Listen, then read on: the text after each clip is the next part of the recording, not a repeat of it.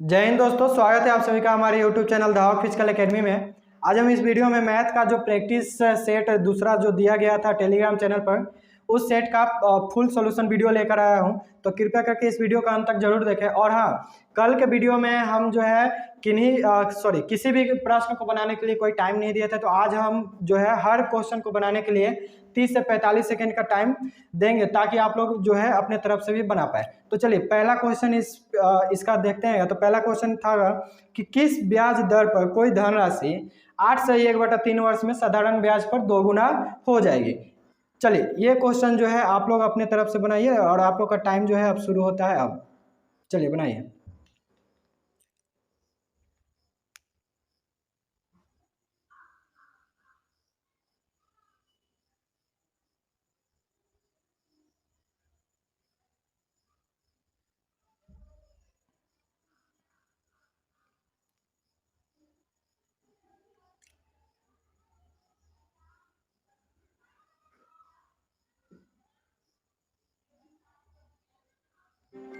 चलिए समय सीमा जो है आप लोग का अब खत्म हो चुका है, तो इसको हम साइड में करते हैं।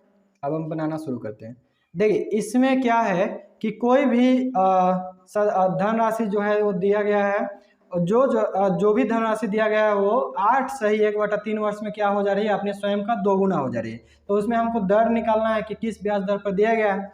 तो देखिए इसमें अगर हम मानते हैं कि 1 रुपये अगर हम किसी को दिए होंगे, तो 1 रुपये जो है 8/1/3 वर्ष में कितना हो जा रहे हैं, 2 रुपये। और यहाँ पर जो 2 रुपये जो हो रहे हैं, तो इसमें जो है 1 रुपया मेरा ब्याज भी है, 1 रुपया क्या है, ब्याज है। और यही ब्याज को हम लोग SI लिख लिए।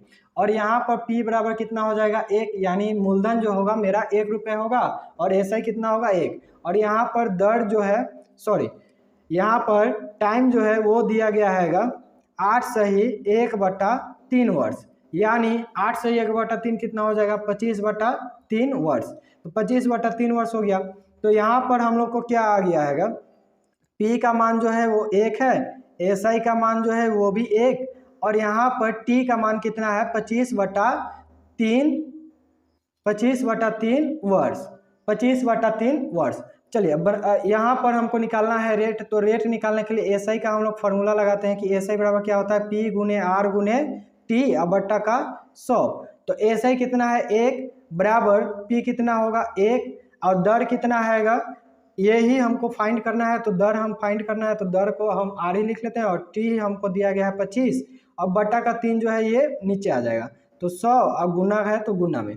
तो देखिए 25 से जो है 100 कटेगा 4 मरतबे, और नीचे जो है 4 थी 12 हो जाएगा। तो अब जो है 1 बराबर कितना हो जाएगा, R ऊपर R ही रहेगा, और बट्टा का 4 तिहाई 12, यानी दर जो हो जाएगा वो मेरा होगा कितना, 12%। तो इसका सही आंसर कितना होगा, 12%।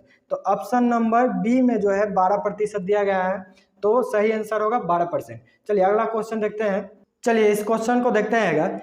इसमें बोला गया है कि 5,000 रुपए की धनराशि साधारण ब्याज पर 6 वर्षों में 7,550 रुपए हो जाती है, और यदि ब्याज दर में 3.5% की वृद्धि कर दी जाए तो धनराशि कितनी हो जाएगी। देखिए इस सवाल को बनाने के दो तरीके हैं। या तो हम पहले का जो ब्याज दर है उससे हम ज्ञात कर ले, यानी निकाल ले, और उसमें जो है 3.5% ऐड करके उसके बाद हम नया ब्याज निकाल करके फिर 5,000 में ऐड कर देंगे, तो वही मेरा क्या हो जाएगा, धनराशि हो जाएगा, यानी मूलधन हो जाएगा। और दूसरा तरीका है कि 7,550 रुपये है, तो उसको हम जैसा है वैसा ही रखते हैं, और उसके बाद क्या है, 5,000 रुपये का जो है हम 6 साल के लिए 3.5% ब्याज दर पर हम अलग से एक ब्याज निकालेंगे, और उसको जो है हम 7,550 में हम ऐड कर देंगे।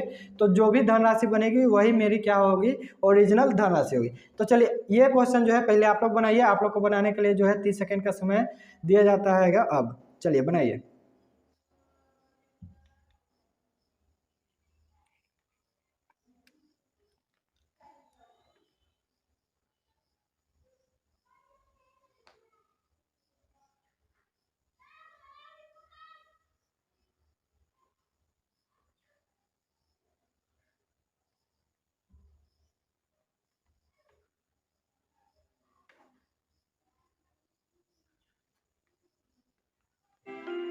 चलिए समय सीमा जो है आप लोग का अब खत्म हो चुका है, तो इसको हम पॉज करते हैं, साइड में रख देते हैं।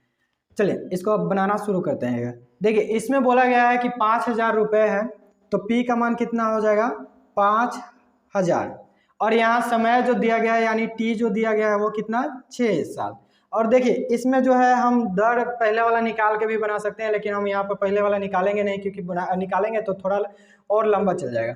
तो यहाँ पर हम केवल जो है 3.5% इसका ब्याज निकालते हैं, यानी R का मान कितना दिया गया है 3.5%। तो SI मेरा कितना हो जाएगा, SI मेरा हो जाएगा P गुने R गुने T बट्टा का 100। तो यहाँ पर P का मान कितना है 5,000 है तो 5,000, और गुने R का मान कितना है 3.5 है तो 3.5, और गुने 6 है तो 6, और बट्टा का 100। तो यहाँ 2 जीरो से ये 2 जीरो कट जाएगा, और इन सभी को गुना करेंगे तो 6 त्रिका 18 और 6 25 यानी 21, और 21 को 5 से अगर हम गुना करेंगे तो कितना हो जाएगा 105, यानी मेरा SI कितना आएगा 10,150। और पहले मेरा कितना मिल रहा था राशि, और यानी धन राशि जो है पहले मेरा कितना आ रहा था अगर पहले वाले ब्याज दर पर 7,550। अब इन दोनों को ऐड कर देंगे 7,550। अब जो भी धन राशि हम लोग का आएगी 5 5 10 का 0 हासिल 1 5 1 6 और 7 1 8, यानी 8600 रुपये जो होगा इसका सही आंसर होगा 8600 रुपये, ऑप्शन ए। अगला क्वेश्चन है, यदि 6 लगातार सम संख्याओं का औसत 11 है तो उनमें से सबसे छोटी संख्या क्या होगी। चलिए ये क्वेश्चन भी आप लोग बनाना शुरू करें। 30 सेकंड का आप लोग का समय अब शुरू होता है।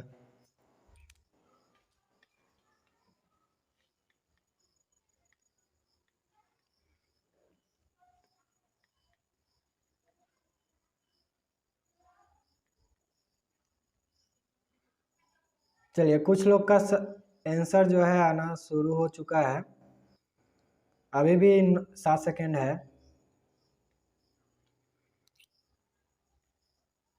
चलिए समय सीमा जो है अब आप लोग का खत्म हो चुका है, अब इसको बनाना शुरू करते हैं।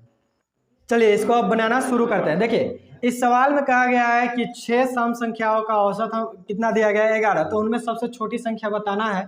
तो देखिए यहाँ पर जब भी संख्या अगर गिनने में, जैसे मानते हैं यहाँ पर अगर संख्या अगर गिनने में सम हो, यानी 1 2 3 4 5 6, यहाँ पर 6 लगातार संख्या है और वो भी सम है, गिनने में भी सम है। तो जब भी अगर सम रहता है संख्या, तो जब भी उसका औसत जो होता है वो हमेशा बीच के दो संख्या का औसत, यानी बीच के दो संख्या के बीच का जो संख्या होता है वही उसका क्या होता है औसत होता है। तो यहाँ पर बीच का जो संख्या है यहाँ पर कितना हैगा, इन दोनों के बीच का जो औसत होगा वो कितना होगा 11 दिया गया है। अब देखिए ये 11 है तो निश्चित है कि सम संख्या है, तो इसके बाद का कितना होगा ये 12 होगा और यहाँ पर 10 होगा, यानी इन सभी के बीच क्या कितना का अंतर है, सम संख्या है तो 2 का ही होगा, विषम संख्या भी होगा तो 2 का ही अंतर होता। तो यहाँ पर फिर हम माइनस का 2 करेंगे तो कितना हो जाएगा 8, यहाँ माइनस का 2 करेंगे तो कितना हो जाएगा 6। तो यानी सबसे छोटी संख्या जो होगी इसमें क्या वो कौन सा होगा 6 होगा। तो जिनका भी ऑप्शन नंबर डी यानी 6 आया है वो सही आंसर है। चलिए अगला क्वेश्चन देखते हैं। देखिए भागफल में एक फॉर्मूला आप लोग याद रख लीजिएगा कि भाज्य बराबर होता है भाजक गुने भागफल प्लस शेषफल। तो हमारा पते बा लेकिन कंफ्यूज हो जाएगा। देखिए फॉर्मूला जो है आप लोग का होता है कि भाज्य बराबर जो होता है भाज्य बराबर भाजक गुने भागफल प्लस शेषफल। ये फार्मूला आप लोग याद रखिएगा। इस पर भी आप अगर बनाना चाहेंगे तो बना सकते हैं। n का मान जो है कोई एक डिजिट रख लीजिए जिसको हम अगर 6 से अगर भाग करेंगे तो शेषफल 5 आना चाहिए। तो एक अगर हम n को हम अगर 11 माने तो 11 को अगर हम 6 से भाग करते हैं तो मेरा कितना आएगा 6 कम 6 यानी शेषफल 5 आएगा। अब n 11 है तो 9n कितना हो जाएगा 11 9 99। अब 99 को अगर हम 6 से भाग करें तो कितना आ जाएगा मेरा शेषफल उतना ही आएगा जितना हम पहले आया है। तो 6 से अगर भाग करें तो 6 कम 6 और यहाँ पर 3 9 39 6 1 36, तो यहाँ पर भी शेषफल कितना आएगा 3 ही आएगा। तो आप इस तरह से भी बनाइएगा तो भी वही आपका आंसर आएगा। चलिए अगला क्वेश्चन अब हम देखते हैं। अगला क्वेश्चन है कि संख्या 1014 में छोटी से छोटी संख्या क्या जोड़े कि संख्या 3 4 5 और 6 से पूर्णतः विभाजित हो जाए। चलिए इस सवाल को भी बनाने के लिए आपको 30 सेकंड का ही समय दिया जाता है। बनाना शुरू करें, आप लोग का समय जो है अब शुरू हो चुका है।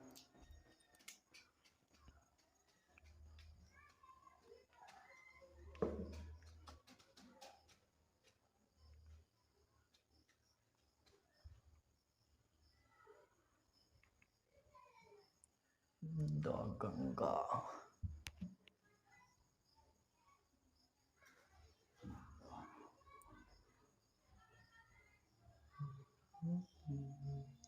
चलिए समय जो है अब आप लोग का खत्म हो चुका है, इसको आप पॉज करते हैं। देखिए इस सवाल को बनाने के लिए आप क्या करें कि जो भी संख्या दिया गया है उस संख्या का हम लसा निकालेंगे यानी एलसीएम। तो 3, 4, 5 और 6, 3, 4, 5 और 6, इसका जो लसा जो होगा वो होगा आपका 60। आप निकाल भी सकते हैं, तो आपका लसा जो होगा वो 60 ही आएगा। तो लसा जो होगा इसका 60। अब 60 को क्या करेंगे हम, जो भी संख्या दिया गया है यानी 1014, इसको हम क्या करेंगे 60 से भाग देंगे। अब 60 से भाग देंगे तो 60 एकम 60, क्योंकि 6 दूना 12 120 हो जाएगा। तो 120 तो 101 से तो ज़्यादा है ना, तो यहाँ पर हम 60 एकम 60 ही करेंगे। अब 60 एकम 60 करेंगे तो यहाँ पर कितना आ जाएगा, 60 एकम 60 करेंगे तो यहाँ पर कितना आ जाएगा 40। 40 और 1 41, 41 आ जाएगा। और ये 4 का 4 यहाँ पर उतर जाएगा। अब 60 से जो है 400, देखिए यहाँ पर ही आपको ध्यान देने की जरूरत है। यहाँ पर आया आपका 414। अब 60 को जो है 414 के बाद का गुणज तक हम गुना करेंगे। तो देखिए 6 1 36 यानी 360।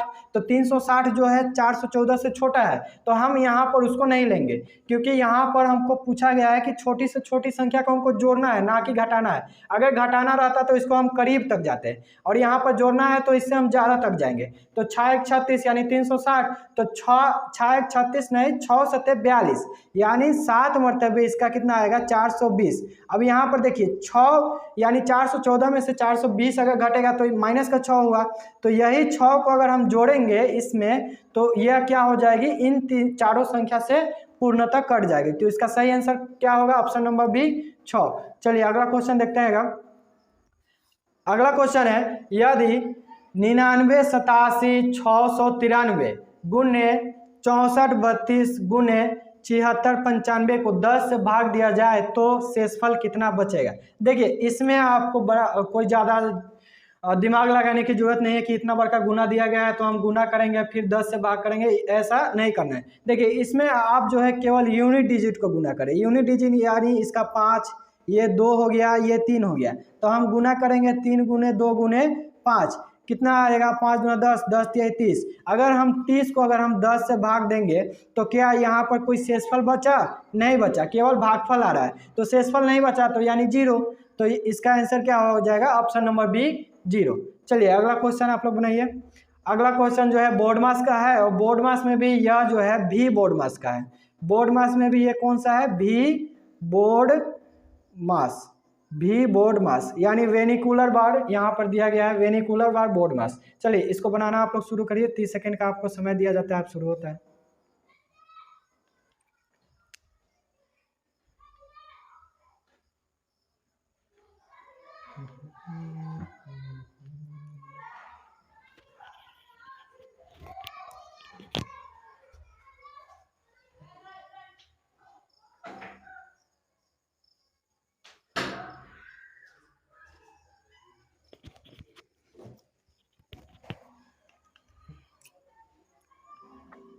चलिए समय जो है अब खत्म हो चुका है, इसको पॉज करते हैं, साइड में करते हैं।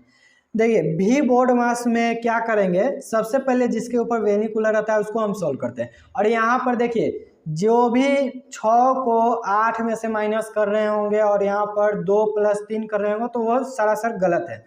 या फिर -6 + का 3 करके और इन दोनों के बीच को हम लोग कितना लिख रहे होंगे, 3 अगर लिख रहे होंगे तो वो भी कितना क्या होगा, गलत होगा।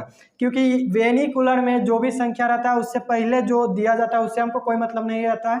यहाँ पर 6 + 3 है तो यानी 9 ही होगा। तो 20 माइनस बड़ी ब्रैकेट 7 माइनस मझला ब्रैकेट 4 माइनस छोटी ब्रैकेट 8 माइनस वेनिकुलर बार 6 प्लस 3 फिर ब्रैकेट बंद मझला ब्रैकेट फिर बड़ी ब्रैकेट। देखिए तो यहाँ पर हम सबसे पहले सॉल्व करेंगे 6 प्लस 3 को, तो 6 प्लस 3 को अगर हम सॉल्व करेंगे तो कितना हो जाएगा, 6 प्लस 3 9 हो जाएगा। तो यहाँ पर हो जाएगा 20 माइनस और 7 माइनस मझला ब्रैकेट फिर 4 माइनस यहाँ पर छोटी ब्रैकेट 8 और माइनस का हो जाएगा 6 व 3 9। जिनका भी 9 आएगा उन्हीं का सही आंसर आएगा। तो 20 माइनस फिर यहाँ पर कितना हो जाएगा 7 माइनस, अब देखिए 8 में से 9 घटेगा माइनस का 1 हो जाएगा, तो यानी 4 और माइनस का 1 कितना हो जाएगा, माइनस और माइनस का 1। चलिए अब यहाँ पर कितना आया था कि 20 और माइनस बड़ी ब्रैकेट 7 बड़ी ब्रैकेट 7 बड़ी ब्रैकेट फिर 7 माइनस और 4 और माइनस का 1 कितना हो जाएगा, माइनस माइनस प्लस 1 हो जाएगा, मझला ब्रैकेट 4 प्लस 1 फिर मझला ब्रैकेट फिर बड़ी ब्रैकेट कितना हो जाएगा 20 माइनस बड़ी ब्रैकेट 7 और माइनस 4 1 5 फिर बड़ी ब्रैकेट बंद, यहाँ पर 20 और माइनस का 7 में से 5 घटा 2, यानी इसका सही आंसर कितना हो जाएगा 18। तो जिनका भी आंसर 18 आया होगा उनका 100% सही है, यानी इसका सही आंसर कितना होगा 18। चलिए अगला क्वेश्चन आएगा, अगला क्वेश्चन भी आपका बोर्ड मास का ही है। 27/3 गुने 4 प्लस 4/2 ऑफ 2, यानी देखिए यहाँ पर आपको ऑफ का जिक्र किया गया है, तो ऑफ को हम लोग पहले सॉल्व करते हैं। तो चलिए आप लोग सॉल्व कीजिए, 30 सेकेंड का आपको समय इसमें भी दिया जाता है।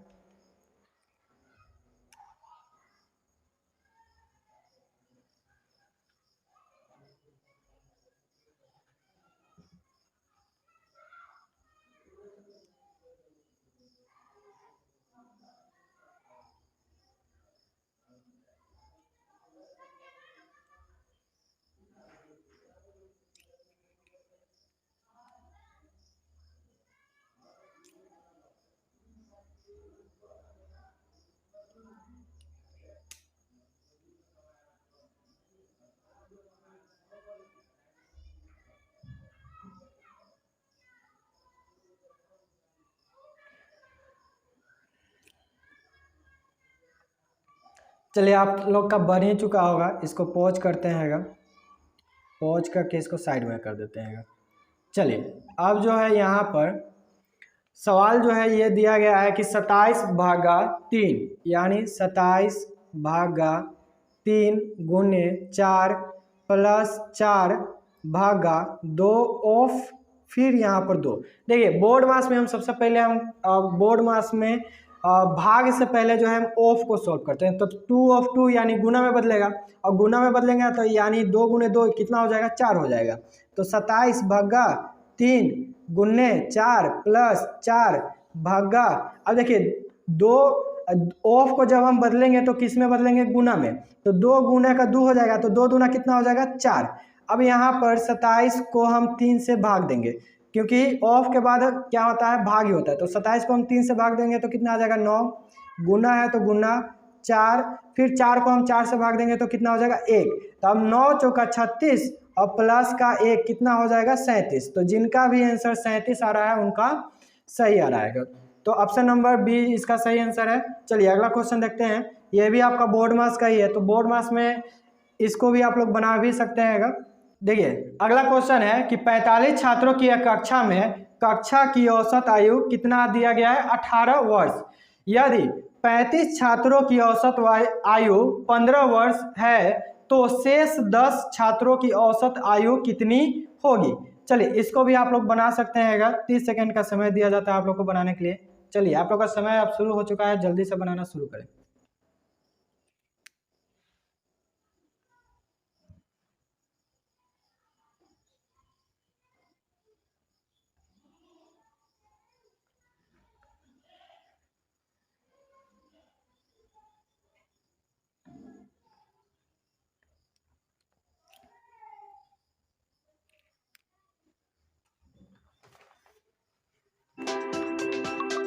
चलिए समय सीमा अब आप लोग का खत्म हो चुका है, इस सवाल को अब बनाना शुरू करते हैं।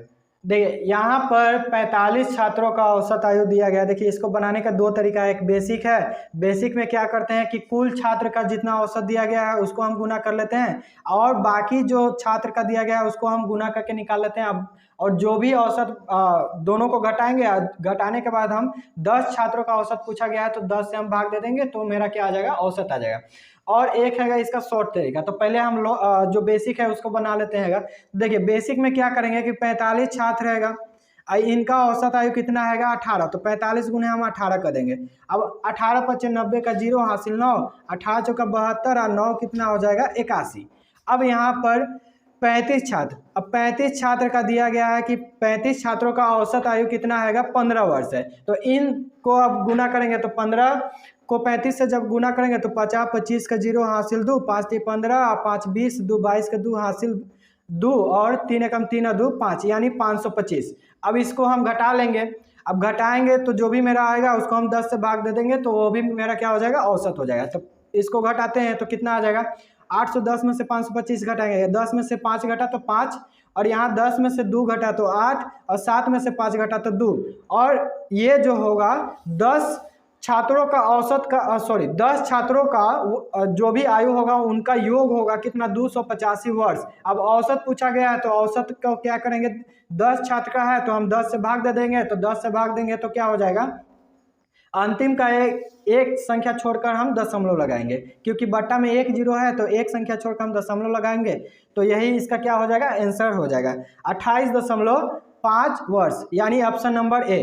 तो चलिए इसका अब जो है दूसरा तरीका देखते हैं। तो दूसरा तरीका क्या है कि देखिए दूसरा तरीका में 45 छात्र है, तो मानते हैं कि कुल जो छात्र है वो 45 है। 45 छात्रों का औसत आयु कितना दिया गया है, 18 वर्ष, और यहाँ पर 35 छात्रों का कितना दिया गया है, 15 वर्ष, और यहाँ बचे अब कितना, 10 छात्र ही बचे, और इन दोनों को जोड़ेंगे तभी तो 45 छात्र का आएगा 18 वर्ष। अब देखिए यहाँ पर 15 वर्ष जो है ये 18 से कितना कम है, 3 कम है, और कितने पर कम है, 35 पर, यानी 35 में हम 3 से गुना करेंगे तो कितना हो जाएगा, 30 × 90 और 5 × 15, यानी 105 यूनिट कम है। तो यहाँ पर अब क्या करना पड़ेगा, औसत में जब भी औसत हम निकालते हैं तो क्या करते हैं, हम बराबर करते हैं।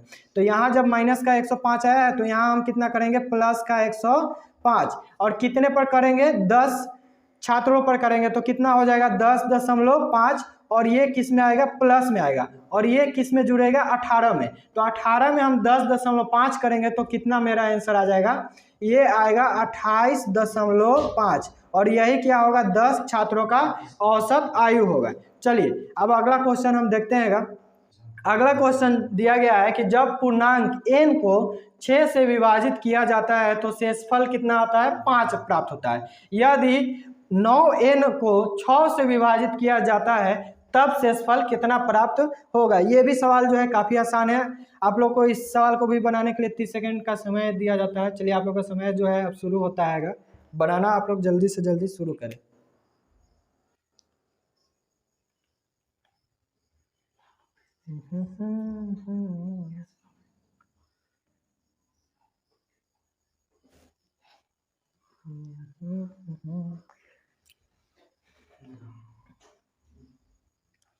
चलिए समय जो है अब खत्म ही होने वाला है, किन्हीं किन्हीं का आंसर भी आने लग गया है। चलिए अब जो है देखते हैं समय आप लोग का अब खत्म हो चुका है, इसको पॉज करते हैं, साइड में रख देते हैं।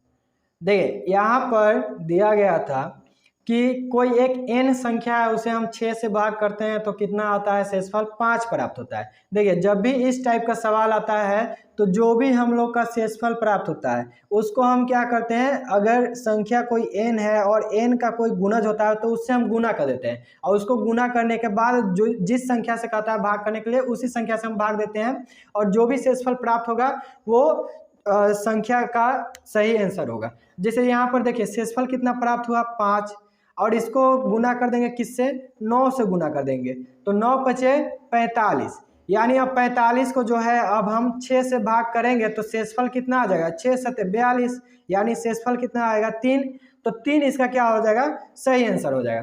देखिए भागफल में एक आप लोग क्या रख लीजिएगा याद, फार्मूला है कि इसका होता है 16 सही 2/3%। तो यानी जिनका भी 16 सही 2/3% आया होगा उनका सही आंसर है। चलिए अगला क्वेश्चन देखते हैं। ये भी आपका प्राइस कंजप्शन बेस है कि तेल के कीमत में 20% की वृद्धि हुई जबकि इसके खर्चा में कितना 15% ही बढ़ाया जाता है। तो तेल की खपत में वृद्धि या कमी कितना आएगी प्रतिशत में बतानी है। देखिए खर्चा जो होता है वो किसके बराबर होता है, खपत गुने मूल्य के बराबर, खपत गुने मूल्य के बराबर। यदि कोई व्यक्ति अगर जिसे मान लेते हैं 10 केजी कोई अनाज का खपत करता होगा और उसका प्रत्येक केजी का मूल्य अगर 12 रुपये होगा तो उसका खर्चा कितना हो जाएगा, 120 रुपये। तो यहीं पर तेल के कीमत में क्या कर रहा है, 20% की वृद्धि कर रहा है। अब देखिए 20% की क्या कर रहा है, वृद्धि। तो 20% फ्रैक्शन में कितना होता है, 1/5, यानी पहले 5 था तो अब कितना हो गया, 6 हो गया। और उसके बाद खर्चा, तो देखिए मूल्य यहाँ पर खपत हमको निकालना है तो खपत बराबर क्या हो जाएगा, खर्चा बट्टा का मूल्य हो जाएगा। तो चलिए आगे हम देखते हैं। देखिए 15% का क्या कर रहा है, खर्चा में वृद्धि कर रहा है। तो 15% कितना हो जाता है, 3/20 होता है, यानी 20 से कितना हो गया, 23, 20 से 23। देखिए मूल्य जो था वो 5 से 6 हुआ था और मूल्य जो था वो 5 से 6 हुआ था और खपत जो था वो 20 से कितना हुआ था, 23। ये था मूल्य और ये था खपत। अब देखिए खर्चा कितना हो जाएगा, खर्चा जो होगा वो खपत बट्टा का मूल्य होगा। तो खपत कितना था, 20 और बट्टा का कितना करेंगे, 5। फिर अनुपात यहाँ पर कितना करेंगे, 23 और बट्टा का 6। ये 5 से कटेगा 4 मरतबे, यानी 6 चौका 24, अनुपात कितना आ जाएगा, 24/23 आएगा। यानी देखिए पहले जो है ये तो पहले वाला है, यहाँ पर जो है पहले जो खपत करता था कि ये वाला जो खपत है ये पहले वाला है, और ये वाला खर्चा जो आया 24 जो आया ये पहले वाला है। अब जो कितना खर्चा कर रहा है, 23 खर्चा कर रहा है, यानी 1 रुपये की कमी कर दिया। कितने पर, 1 रुपये की कमी कितने पर किया है, 24 पर किया है। अब इसको हम क्या करेंगे, 100 से गुना करेंगे। देखिए इसको अगर हम 100 से गुना करेंगे तो 24 के पहाड़ा में अगर इसको जाए तो 24 चौका, यानी लगभग 4 मरतबे जाएगा। तो 4 सही 1/6% की क्या आ जाएगी, कमी। 4 सही 1/6% की कमी। देखिए पहले यहाँ पर 24 कर रहा था तो अब 23 ही कर रहा है, तो यानी कमी है ना किया, तो माइनस लिए हैं, इसका मतलब क्या हो रहा है, कमी। अगला क्वेश्चन देखते हैं। अगला क्वेश्चन आपका रेशियो का है कि कुछ पैसे ए, बी, सी और डी में 5:2:4:3 के अनुपात में विभाजित किए जाते हैं। यदि ए जो है डी से 1000 रुपये अधिक प्राप्त करता है तब सी का हिस्सा बताए। देखिए ये सवाल जो है सबसे आसान है। यहाँ पर केवल जो है ए, बी, सी और डी का अनुपात दे ही चुका है। तो ए का कितना है, 5, बी का 2 और सी का है 4 और डी का है 3। अब देखिए ए जो है डी से 1000 रुपये अधिक प्राप्त करता है। देखिए यहाँ पर ए कितना प्राप्त कर रहा है, 5, और डी कितना प्राप्त कर रहा है, 3। अब इन दोनों डी से जो है ए कितना अधिक प्राप्त कर रहा है, 2 यूनिट अधिक प्राप्त कर रहा है। तो यही 2 यूनिट जो है वास्तव में कितने रुपए के बराबर है, 1000 रुपये के बराबर। तो 1 यूनिट का मान कितने के बराबर आएगा, 500 के बराबर। तो 1 यूनिट मेरा कितना आएगा, 500 रुपये। अब इसमें हमको पूछा गया है कि सी का हिस्सा बताइए, तो सी का हिस्सा कितना यूनिट है, 4 यूनिट। तो 4 का कितना आ जाएगा, 4 गुने हम 500 करेंगे तो 4 × 5 = 20, यानी 2000 रुपये। तो इसका सही आंसर क्या होगा, 2000 रुपये। चलिए अगला क्वेश्चन है। अगला क्वेश्चन, चलिए ये क्वेश्चन जो है ये भी बहुत ही आसान है कि 2 संख्याओं का अनुपात जो है आपको दिया गया है 7:4। यदि उनके वर्गों का अंतर 297 है तब उनका जोड़ कितना होगा। देखिए यहाँ पर 2 संख्या है, पहला और अनुपात दूसरा। पहला है 7 और दूसरा है 4। अब देखिए वर्ग जब भी किया जाए तो इसको एक हम कांस्टेंट से गुना कर लेते हैं। तो यहाँ पर एक कांस्टेंट से गुना कर दिए, अब इसको हम वर्ग कर देते हैं। तो 7 × 7 = 49x² और ये हो जाएगा 4 × 4 = 16x²। अब देखिए इन दोनों का बोला गया है सवाल में कि उनके वर्गों का अंतर 297 दिया गया है। तो उनके वर्गों का अंतर यानी 49x² और माइनस का कितना 16x² बराबर कितना हो जाएगा 297। यानी 49 में